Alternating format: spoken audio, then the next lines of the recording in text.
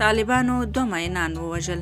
د ویډیو د شروع کېدو نه مخکې زموږ ویډیو لایک کړئ او سحر میډیا چینل سبسکرایب کړئ.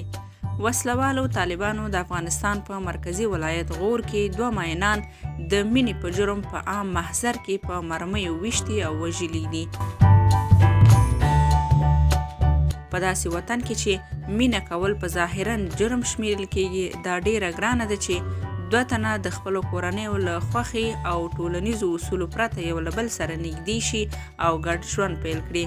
تر دې دمخه په بامیانو، هرات، بغلان او کندوز کې په لسګونو تنه د مینې پر بنسټ د ولاړو اړیکو په جرم غرغره کړی شوي دي.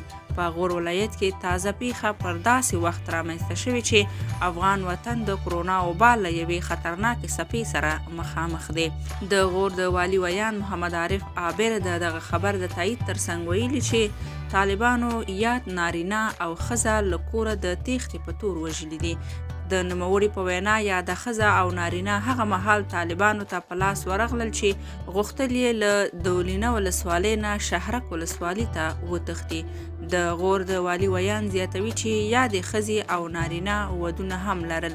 د سیمې څخه عیني شاهدان وایي چې دا نارینه او ښځه د دوی پر کور د برید څخه لا د مخه خبر شوي ول، نو ځکه یې تیښته کول ترڅو د طالبانو له راتګ د مخه ځان له سیمې وباسي. خو یوې ډلې طالبانو په لاره کې ورته لا وختي کمین نیولی وو. د غور د پولیسو ویان عبدالمعروف رامش وایي کوم کس چې له یادې ښځې سره وو وسله یې هم لرله او له طالبانو سره په نښته کې وژل شوی دی.